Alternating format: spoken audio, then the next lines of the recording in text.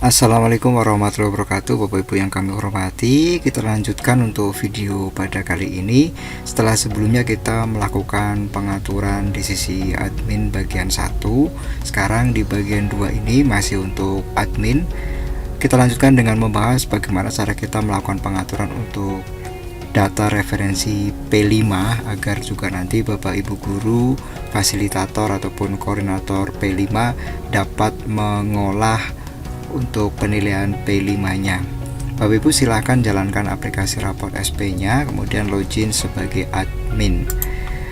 Selanjutnya Bapak Ibu, di sini ada nama sekolah kita klik dan kita akan diarahkan ke dashboard utama dari aplikasi raport SP ini. Setelah sebelumnya Bapak Ibu kita sampai melakukan pengaturan pada data referensi lokal, maka saat ini kita lanjutkan dengan mengatur untuk referensi P5-nya Bapak Ibu. Dalam menu referensi P5 ini ada 3 submenu. Yang pertama adalah data tentang target capaian profil. Jadi pada aplikasi raport SP ini Pak Nyoman sudah menginputkan untuk target capaian profil. Bapak Ibu di sini bisa mengecek misalnya untuk dimensi beriman dan bertakwa, kemudian fase D. Di sini sudah ada elemennya apa saja, subelemennya apa saja, dan capaian akhir yang diharapkan untuk masing-masing elemen dan subelemen di tiap fasenya juga sudah ada. Bapak Ibu bisa melakukan pengecekan dan pengeditan bila mana perlu, tapi kalau dirasa sudah sesuai dengan petunjuk atau pedoman pelaksanaan P5 di sekolah sesuai dengan fasenya, maka Bapak Ibu biarkan saja, cukup dicek saja. Kemudian Bapak Ibu langsung saja masuk ke data project. Pada data project ini Bapak Ibu kita harus melakukan pengaturan atau setting untuk project-project yang sudah dilaksanakan di sekolah kita. Dan ada baiknya Bapak Ibu siapkan catatan seperti ini untuk tiap-tiap projectnya, temanya apa, kemudian nama proyeknya apa, deskripsinya, kemudian dimensi, elemen, subelemen, dan capaian akhir dari tiap-tiap dimensi yang sudah dilaksanakan di project Bapak Ibu di sekolah. Baik Bapak Ibu, kita mulai di sini. Misalnya kita akan contohkan menginputkan satu project terlebih dahulu. Baik Bapak Ibu, selanjutnya akan kami contohkan bagaimana kita menginputkan data project kita ke aplikasi raport SP agar nantinya fasilitator atau koordinator project dapat menginputkan untuk penilaian proyeknya. Langkah yang pertama Bapak Ibu, kita harus memilih tema projectnya. Dalam contoh ini projectnya adalah bertema kearifan lokal, kemudian fasenya fase D. Selanjutnya Bapak Ibu, kita langsung tambahkan project yang sudah kita laksanakan. Nomornya misalnya ini project yang pertama, kemudian nama projectnya sesuai dengan catatan yang sudah kita siapkan sebelumnya, rempahku untuk sehatku misalnya. Kemudian di sini adalah deskripsi proyeknya Bapak Ibu, karena nanti deskripsi ini juga akan tercetak di raport P5-nya. Nah, kita perlu isikan untuk deskripsi proyeknya. Sebagai contoh seperti ini, kita copy saja, kemudian kita pastekan di sini. Selanjutnya kita akhiri dengan proses. Tugas kita selanjutnya Bapak Ibu, untuk proyek yang pertama ini kita nanti akan menginputkan untuk capaian profilnya dari tiap dimensi yang sudah kita tentukan pada tema proyek kearifan lokal ini Bapak Ibu ya.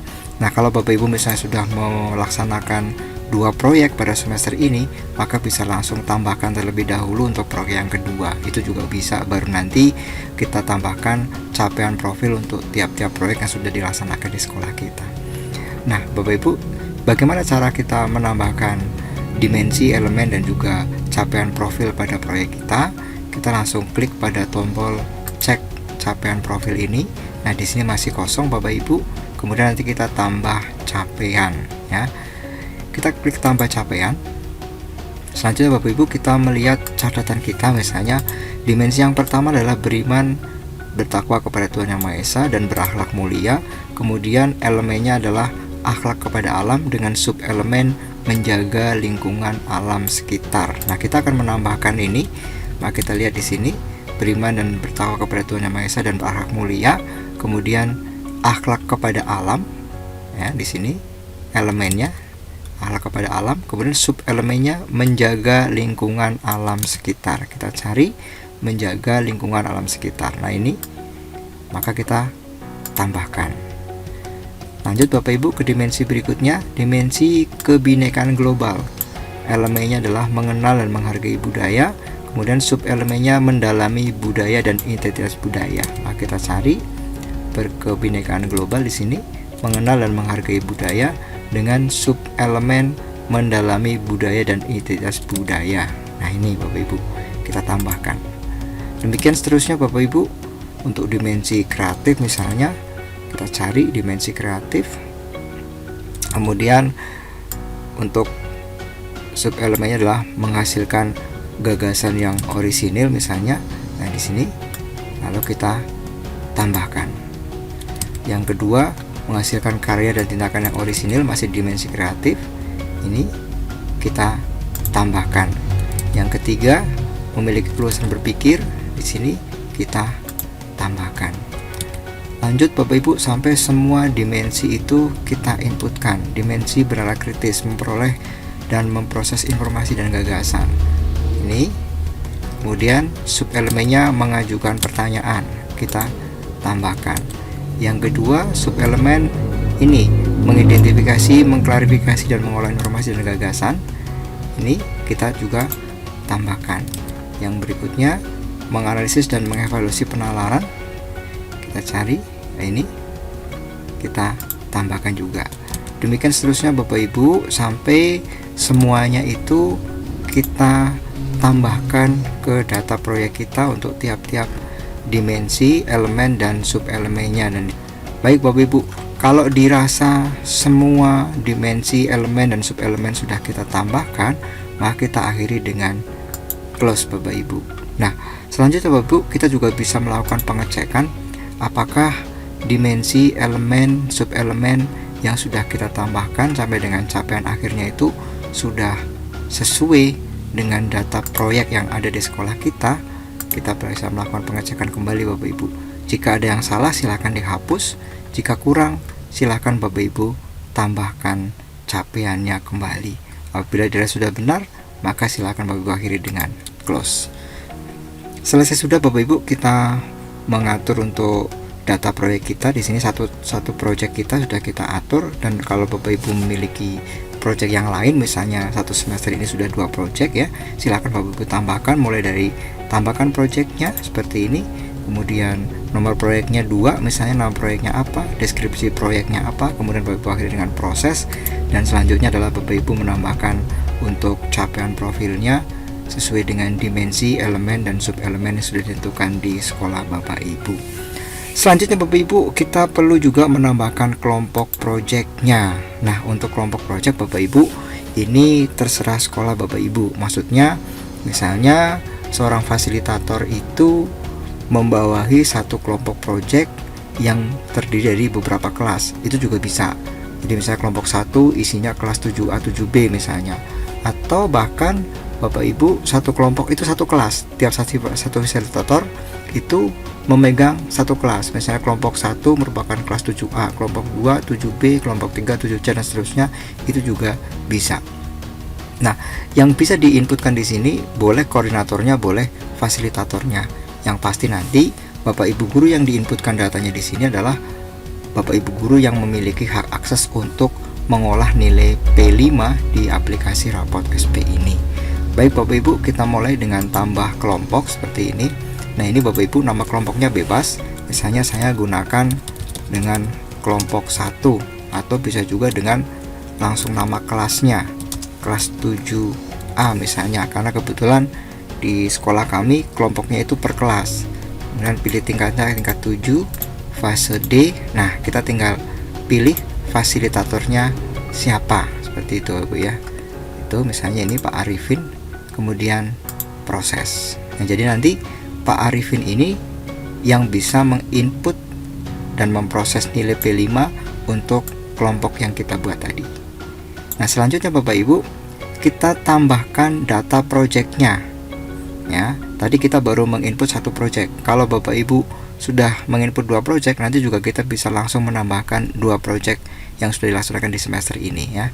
Dalam contoh ini kita baru menginput 1, maka kita tambahkan data projectnya, kelompok ini tambah project, Nah, projectnya baru ada satu Bapak Ibu. Kalau ada dua di sini, ya silakan diinputkan dua-duanya, manakala memang dua project itu sudah dilaksanakan dalam semester ini misalnya. Kita tambahkan seperti ini. Selesai, kemudian kita close. Nah, selanjutnya Bapak Ibu, kita menambahkan anggotanya. Nah, karena kebetulan di sini kita kelompoknya per kelas, maka kita mudah nanti menambahkannya ya. Jadi untuk anggota kelompok kelas 7A ini nanti otomatis adalah siswa-siswa reguler dari kelas 7A. Kita tambahkan anggotanya. Kemudian di sini klik tambah anggota dari kelas 7A. Nah, kemudian di sini kita bisa memilih apakah kita mau nambahkan semuanya atau tambahkan satu persatu. Nah, karena kebetulan ini seluruh siswa di 7A itu ikut dalam kelompok yang tadi kita buat, ya kita tambahkan saja semua anggota. Oke. Apabila sudah, close. Demikian juga Bapak Ibu, apabila ternyata di sini misalnya Bapak Ibu satu orang fasilitator ini membawahi beberapa kelas sekaligus, ya itu juga bisa. Caranya ya sama ini Bapak Ibu ya. Kita misalnya kelompok 2. Kita ini mencontohkan misalnya kebetulan membawahi beberapa kelas sekaligus. Pilih fase D. Nama fasilitator masih Pak Arifin misalnya, kemudian diproses. Nah, untuk menambahkan anggotanya misalnya kelompok 2 ini terdiri dari beberapa kelas, ya kita tinggal tambahkan saja. Tambah anggota, pilih kelasnya misalnya 7B, kemudian ini tambahkan anggotanya. Kalau sudah, kita ulangi lagi, tambahkan untuk 7C, 7D dan seterusnya. Jadi sekali lagi Bapak Ibu, untuk nama kelompok dan anggota kelompoknya ini silakan disesuaikan dengan situasi dan kondisi yang ada di sekolah Bapak Ibu. Apabila sudah sampai di sini Bapak Ibu, maka pengaturan referensi P5-nya sudah selesai. Dan bagi seorang admin, mohon diperhatikan, silakan selesaikan untuk seluruh pengaturan referensi P5-nya, seluruh data projectnya, seluruh data kelompoknya diselesaikan, baru nanti Bapak Ibu guru fasilitator atau koordinator P5 dapat melakukan proses penginputan dan pengolahan nilai untuk P5-nya.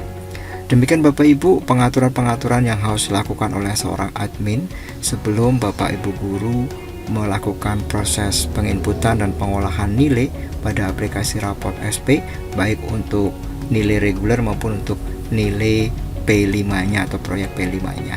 Dan Bapak Ibu jangan lupa seorang admin juga harus rajin-rajin melakukan backup. Jadi selalu lakukan backup agar kalau terjadi apa-apa pada komputer kita atau server raport yang kita gunakan, kita masih memiliki data backupnya.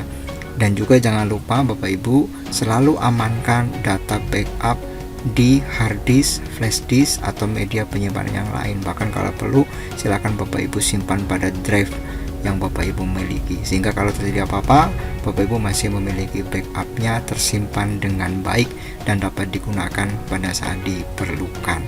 Demikian Bapak Ibu yang dapat kami sampaikan pada video kali ini. Video selanjutnya nanti kita akan mulai belajar bagaimana cara kita menginput data nilai dan memproses nilai raport kita untuk sisi guru mata pelajaran dan juga untuk sisi pengampu, fasilitator ataupun koordinator P5 di sekolah. Terima kasih, semoga bermanfaat. Saya Heri, assalamualaikum warahmatullahi wabarakatuh.